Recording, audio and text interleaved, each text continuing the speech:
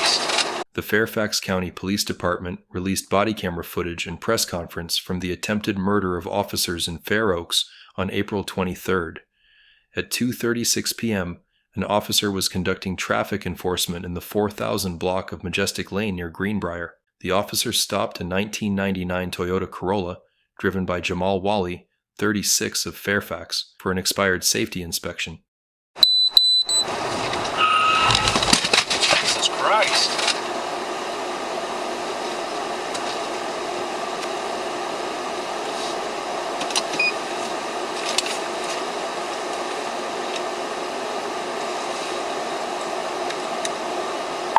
X-ray 800 on a traffic stop area 810 12914 Fairfax Parkway 1436.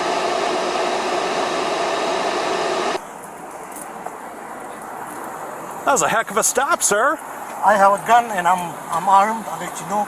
So why did you pull me over? Your inspection sticker expired yeah, they last... know. Call Joe Biden or call George Bush. What's your driver's No, license? there's no, I don't have a driving license. Why not? Go back, sit in the fucking car and leave. No, sir. No? It doesn't work that way. Okay, so go ahead, do whatever you want to do. Can I get your name? No? No? No? You're fucking killing me. You fucking people don't get a disability. Fucking, I have kids and I have a lot of fucking bullshit things. So why you fucking treat me this way? Said 80. Said 80. Can I get a supervisor to my location, please? You fucking dumbass fucking people. You fucking asshole. Majestic. I can't even go Northbound back to my at fucking country because of you fucking Greenbriar people. Shopping I Center. started in fucking army. Every time you come and fucking pull me over, every time. Do you have the registration to the vehicle? Nothing. You got nothing? Nothing. All right. Yeah. And you don't want to give me your name? Sir, why? Look, hey, I died when I was serving you, with you liars, with you people, with American status. I served as well, sir. Yeah. So you brought me to you fucking people brought me to this goddamn country, and I'm dying every fucking single day, and I have 4 children, and we wholly survive because you're a fucking racist people. Okay. Yeah, because I can't get a job, I can't get a disability, and they took my fucking license because I'm not able to pay the insurance. So why are you fucking trying to kill me? I'm not trying to No, kill you, you sir. are. I'm already died. I don't give a Said damn 80. fuck. Subject's armed, refusing to give ID. Don't reach for anything, No, dude. Don't unbuckle that. I'm telling you, don't reach. I'm telling you, don't reach. I don't Subject give a keeps damn reaching. fuck. I don't give a damn fuck. If you fucking do anything, don't do anything. Subject keeps reaching for his weapon. No, I'm not reaching. Sure. Just all use the field. Tell us over your restricted 1439. Sir, I stopped you for a lawful traffic stop. I don't give a damn fuck. Okay. You liars. I'm not lying. No, you're It's lying. obviously right there. You are no. Today's So the what day, I'm- buddy. what I'm Today's the asking day, for fucking is you to dumbass identify liars, yourself. White people, you lied for 25 years. R80 Bravo, will you direct on that? You brought me to this country. I served with special forces. I lost my own fucking brother. I lost my everything. I'm sorry. I have nothing. I'm sorry to hear that. No, you're sorry to hear that. No. Don't play that bullshit. So you don't have a registration to the vehicle? You know what? Listen, hey, you're American, okay? Yes. Yes, you are American. I give you my fucking, what do you call that shit? Take it. They took my driving license. So Okay? They took it away? Yeah, for no fucking reason. I have a hard time with court. I'll show you the paperwork. You won't Okay. believe what they say. They don't. When I call them bullshit, the system is fucking broke. Yeah. Yeah. Well, it sounds like you're going through a really rough time. Man, I should have served with fucking Taliban better than you. I was concerned and a fucking dumbass fuck when I was concerned about Taliban, but in America, since 2014, I'm concerned about more about you people. Because Okay. you lie, because you play games, that's how I'm going deeper, deeper, deeper. Okay. Yeah. So these are my partners here. They're coming up. I don't want you to get rattled, but it's because you were reaching for your weapon. No, I'm not reading, sir. Hey, I sir, watched you do it. I don't give a damn fuck. It brings as many people as you can. Okay. Go ahead. You're not listening. What I'm telling you. I am listening to you. I have 4 children. Do not reach your gun. Rob, everybody slow down. Units perhaps 1080, slow it down, 1441. Hey, So- listen, American. This is take it. I take this with you, okay? So now you want to No, give no, me no, that? Hey, don't you reach, dude. No. Fuck! Fuck! 800 Bravo, shots fired. Set 80, I'm hit.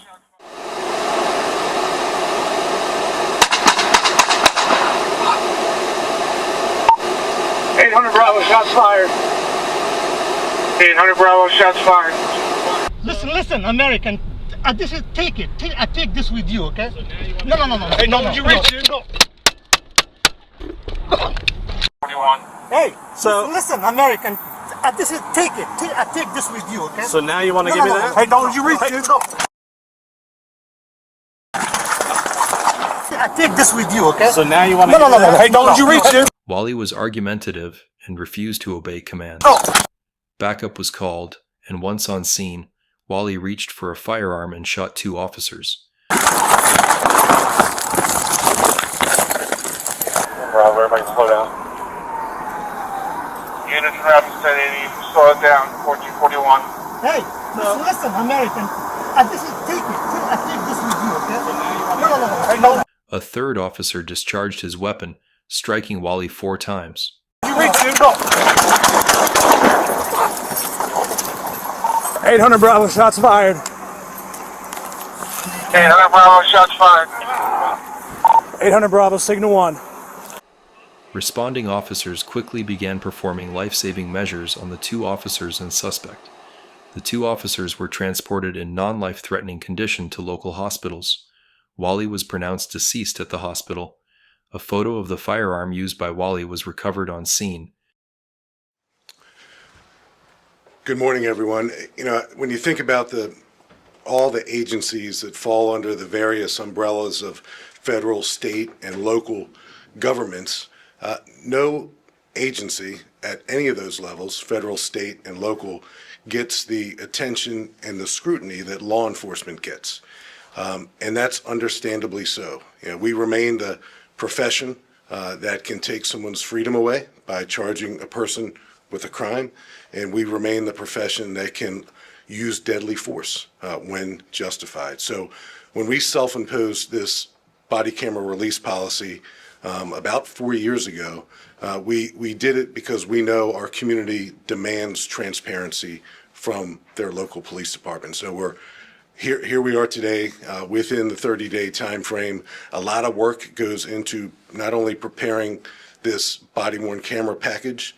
You also see from the video that there is what's equivalent to a GoPro that belonged to Mr. Wali in the car, that belonged to him, so we retrieved that footage as well. And then the coordination that we have to do in the meantime with the involved police officers and their families, and the coordination we have to do with Mr. Wali and his family.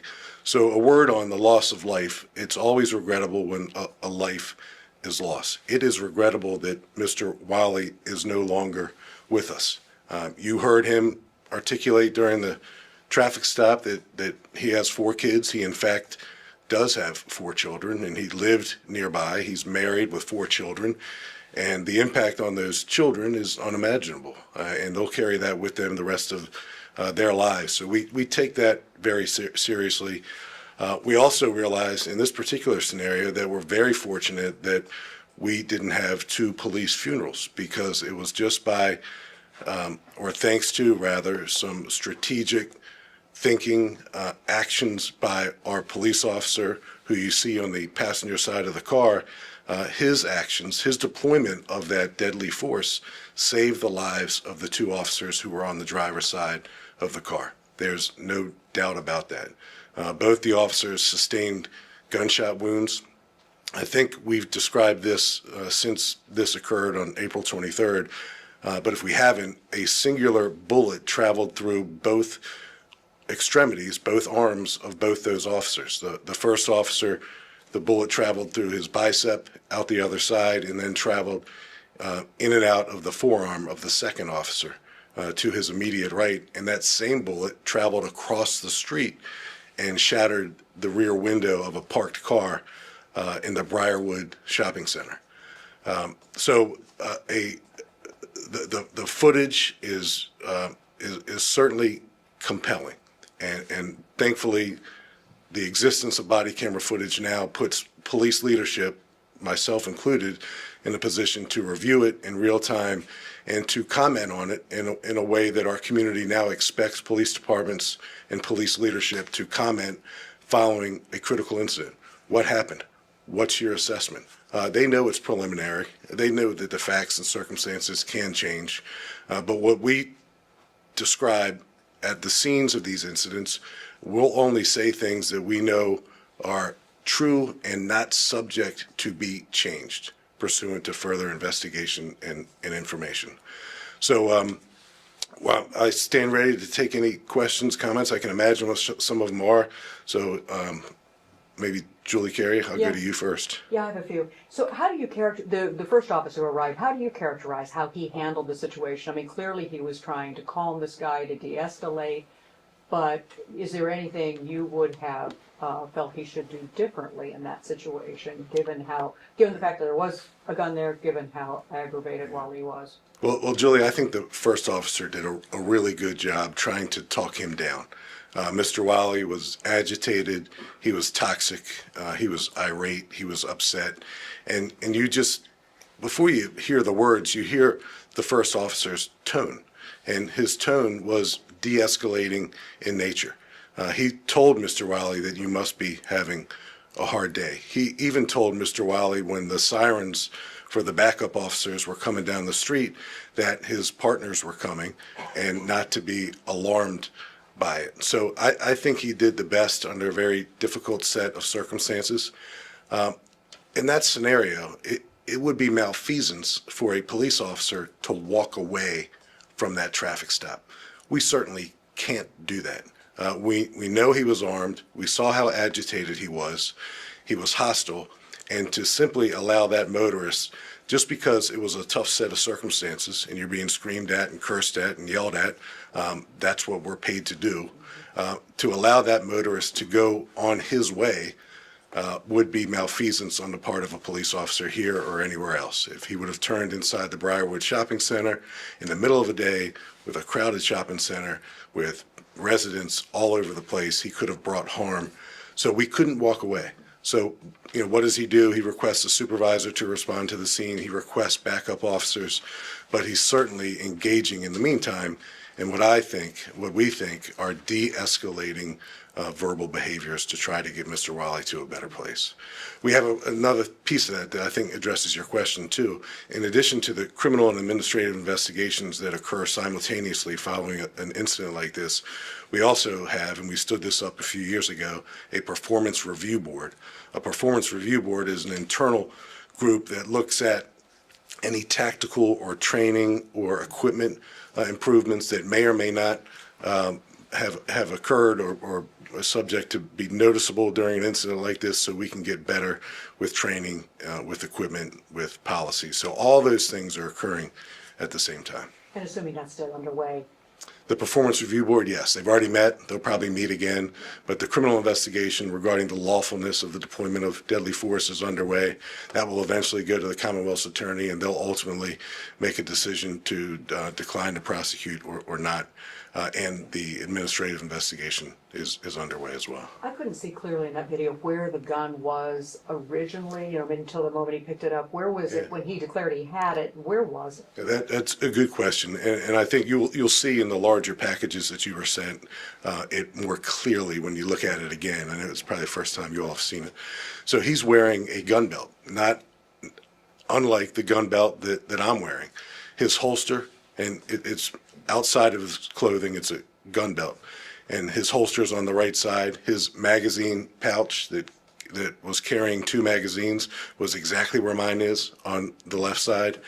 And it was visible. He was lawfully carrying a firearm. So some of the questions that we've received in the meantime was, how can he lawfully carry a firearm in Virginia if in fact he's been charged with crimes in the past? How in fact can he carry lawfully a firearm open carry, if he's had some of his criminal cases diverted to the mental health docket?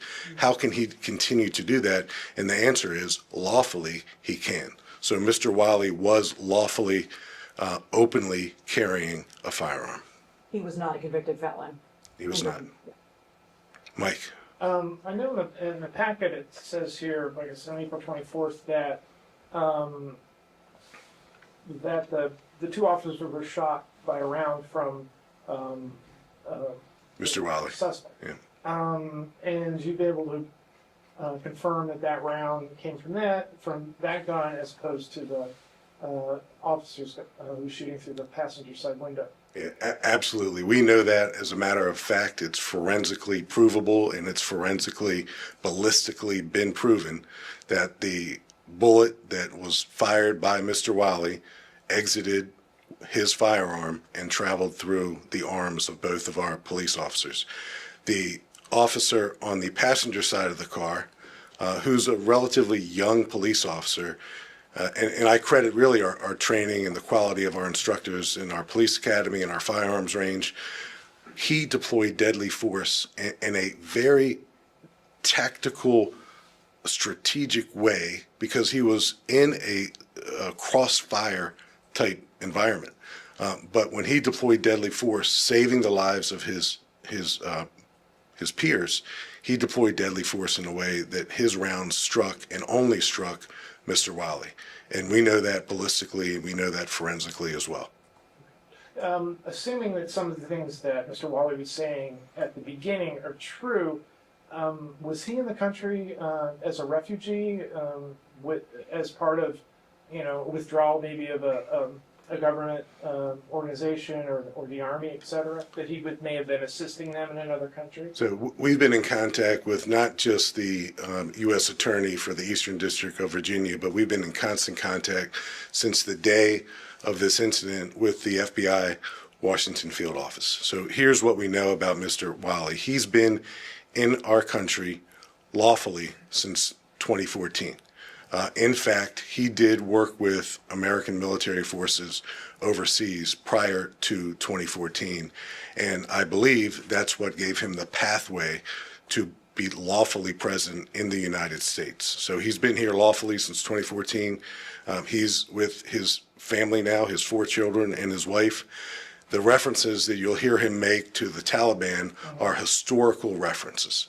So the FBI has shared with us that there are no open, ongoing, current investigations or any insight that they have into Mr. Wali whatsoever. But that's important to know. But his immigration status was, one of the first questions that was brought up on the day of this event, and I can say that he's lawfully present in the United States. Okay, so was he in here on a visa? Was he a citizen? I mean, had he been? Yeah, so the exact particulars of what type of documents allow him to be present lawfully in the United States, I don't have immediately available to me, but it's been shared with us by federal law enforcement that he is lawfully in the United States. And just one other thing along this line of talking, I understand there were FBI and maybe ICE people who were at the scene. Can you confirm that? At the scene of this incident? Yeah. No, they were not. I don't know where you got that, Mike. Okay. No, that's bad information. Made it up. Yeah, I hope he didn't make it I up. hope it did. Yeah, Okay. bad. Yeah, Must be something else. Julie.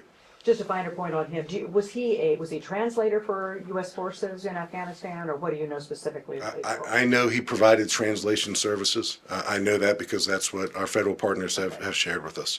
They've been very open about this. In Afghanistan, or do you? Yes. Yeah. Okay. Yes, ma'am. One of the bullets a bullet wound up in a car over at Greenbriar. Do you know which bullet that was? That was Mr. Wali's. So if you can imagine, he's able to discharge his firearm one time and one time only. And when you watch the body camera footage again, and when you watch Mr. Wali's own camera again, you will see that when he takes his firearm out of his holster, there is not a bullet already in the chamber. So Mr. Wali takes the slide of that firearm and pulls it all the way back, which chambers around from the magazine into the chamber. He does that very, very quickly. There's no doubt in our minds that Mr. Wali has been trained in the manipulation and the use of firearms at a high level. So when he takes his firearm out of his holster, he racks around, puts around from the magazine in the chamber, and he fires it. We know that he attempted to fire additional rounds, but the second round he attempted to fire, there was a malfunction in that effort. And he still, in spite of that malfunction, conducted a malfunction drill, for lack of a better description, to try to rechamber another round. And that was unsuccessful. And I believe that he would have discharged several rounds, possibly killing our police officers, if in fact the younger officer on the passenger side wasn't there to deploy deadly force. And he did that under a great amount of grace under pressure, because he could only discharge his firearm in a particular manner, or else he risks firing shots that may have injured his partners. That singular round that traveled through both the police officers' arms is the same round, the same bullet, that then traveled across the street and shattered the back windshield of a parked car. And going back to the beginning of this stop, pulling over for a safety inspection, I mean, was that because he saw one of the failure notices on the car, or what was the... He saw that the he saw that the registration sticker in the front windshield was expired. Okay. So Safety expired. Okay. Yes, it was expired. So as you see that our officer, kind of make a U-turn and conduct a traffic stop, the first thing that was unusual to our officer, and you'll see this again on the body camera footage when you look at it again, is the abrupt way that Mr. Wali pulled to the side of the road and slammed his brakes on. And from that moment on, it was clear to the officer, certainly clear to us as we reviewed the body camera footage, that Mr. Wali was hostile, was angry, was upset. And I think you can argue that some of the steps that Mr. Wali took and some of the things that Mr. Wali said, he says on more than one occasion that this is the day. He tells our police officer not to put his hand on his firearm. These are all signs that there's something going on here that sends up red flag after red flag after red flag. And again, we're responsible for handling what's in front of us. And some of the anticipated questions that maybe someone will pose or not is, what about Fairfax County's world-class co-responder program? And we do have a world-class co-responder program. That scenario would not be conducive to introducing a mental health clinician. That would have been possibly another potentially deadly scenario. Julie, going back to your very first question, our officer did in fact engage in de-escalating behaviors to try to get Mr. Wali to a better place. But I think Mr. Wali's actions, setting up the camera and powering it on, telling the police officer not to touch his gun, telling the police officer on more than one occasion that this is the day or this is your day. Those are all indicative that he perhaps anticipated trying to kill a cop. And in fact, he did try to kill 2 uniformed Fairfax County police officers. Thankfully, that didn't happen. And a lot of credit goes to the heroic actions of the youngest cop on the scene of that traffic stop, who saved 2 lives. What's the current status of the officers involved? The typical status, typical investigation. They're not on the street. They still have their full police powers, but they're not policing. What do we call it? There 2 are on injury leave, and 1 is on a reassignment to the academy. Yeah, injury leave. Okay. Yeah, they were both treated for their gunshot wounds, and they both went home that night. And the officer who discharged is temporarily assigned to the police academy, and we're working with the Commonwealth's Attorney's Office to get to a point where I anticipate we're absolutely going to have a letter declining to prosecute. Mike? I see one officer's name. So is it policy that the two other officers who were injured, as you wouldn't necessarily identify a victim in another? Yeah, they're victims, and you know, I think we blurred their faces. They're victims. They have families. You know, we've identified the officer who discharged the fatal rounds pursuant to our policy, but I want to protect these police officers who are still literally recovering from being shot. They were shot, and they've got spouses and kids and families and friends, and I don't want to draw unnecessary attention to them, so that was a discretionary call that I made. Did his family elect to see the videos? Yes, he did, and that's something we do, and sometimes the advocacy community will say, you know, regarding our self-imposed policy to release body camera footage in 30 days, well, why not 5 days? Why not 24 hours? You know, why not 10 days? And, you know, you have 3 police officers involved, their families, you have a squad involved, and Mr. Wali, his family, his children, his wife. So there's a lot of work that needs to be done. And then in this case, just because of some of the statements made by Mr. Wali, we had to work with our federal partners to ensure that we weren't going to say anything at this moment today that would jeopardize anything that could be ongoing, particularly with Mr. Wali. And in fact, we know that nothing is ongoing with him. So that's why we're comfortable talking about him and talking about the fact that his references to terrorist organizations overseas are historical references going back minimally to 2014, and there's nothing current about it whatsoever.